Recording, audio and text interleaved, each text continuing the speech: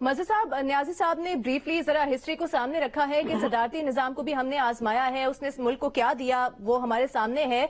तो फिर क्यों वो सारी हकीकतें सामने होते हुए भी क्यों हर थोड़े अरसे बाद सदारती निजाम के हक में ऐसे मुहिम आने का मकसद क्या हो सकता है? पहली चीज तो ये कि मकसद हो सकता है गैर यकीनी सियासी सूरत हाल को बरकरार रखना और मजीद कंफ्यूज करना। दूसरी बात यह कि डेमोक्रेसी की खूबसूरती ये होती है कि वो अलाउ करती है आप उसके खिलाफ जितनी मुहिम चलाना चाहें, आप उस पर जितनी तनकीद करना चाहें, आप उसको यानी इवन यहां की हद तक कि अगर आप चाहें तो आप कॉन्स्टिट्यूशन को बदल लें। डेमोक्रेसी होती है बिहेवियर का नाम, डेमोक्रेसी होती है टॉलरेंस का नाम, डेमोक्रेसी होती है एक दूसरे को बर्दाश्त करने का नाम, डेमोक्रेसी होती है एक दूसरे पर तनकीद करने और तनकीद सुनने का नाम।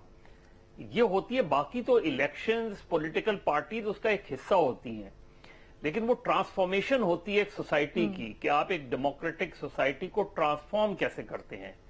ये बात ठीक है भट्टी साहब की कि हम ये असल जमहूरियत की शायद ये शक्ल ना हो। मैं भी इससे एग्री करता हूं कि पाकिस्तान की पॉलिटिकल पार्टीज उस तरह डेमोक्रेटिक नॉर्म्स को फॉलो नहीं करती, लेकिन एक बहुत बुनियादी चीज है कि जो लोग डिबेट कर रहे हैं वो ये डिबेट तो करें कि प्रेसिडेंशियल फॉर्म ऑफ गवर्नमेंट अगर वो लाना चाहते हैं तो लाएंगे कैसे?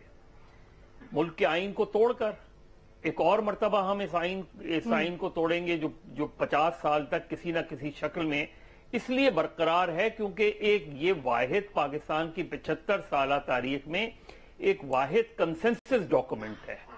इसके अलावा कंसेंसस डॉक्यूमेंट और कोई नहीं है पाकिस्तान में।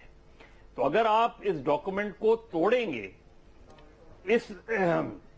इस चार्टर को अगर आप तोड़ेंगे तो फिर आपको एक और कंसेंसस बनाना पड़ेगा, इसलिए कि पाकिस्तान एक फेडरेटिंग यूनिट्स हैं।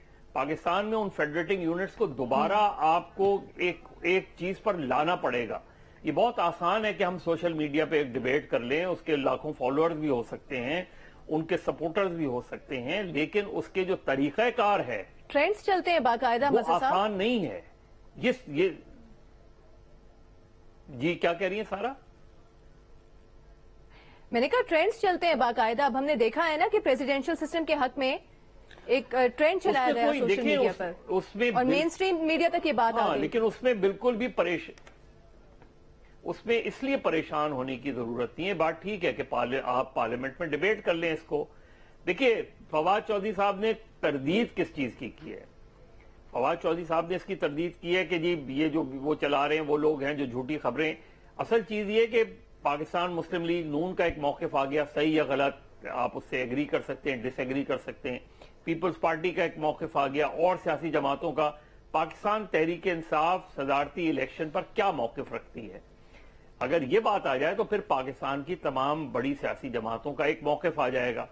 उसके बावजूद भी अगर लोग डिबेट करना चाहते हैं तो मुझे तो कोई प्रॉब्लम नहीं है, बिल्कुल आप डिबेट करें, उसका एक तरीकाकार वजह करें अगर आप समझते हैं। हमने देखा है कि जी ज़िया-उल-हक साहब के जमाने में 5 सवाल रखे गए और उसका जवाब अगर हाँ में आया तो वो 5 साल के लिए सदर बन गए।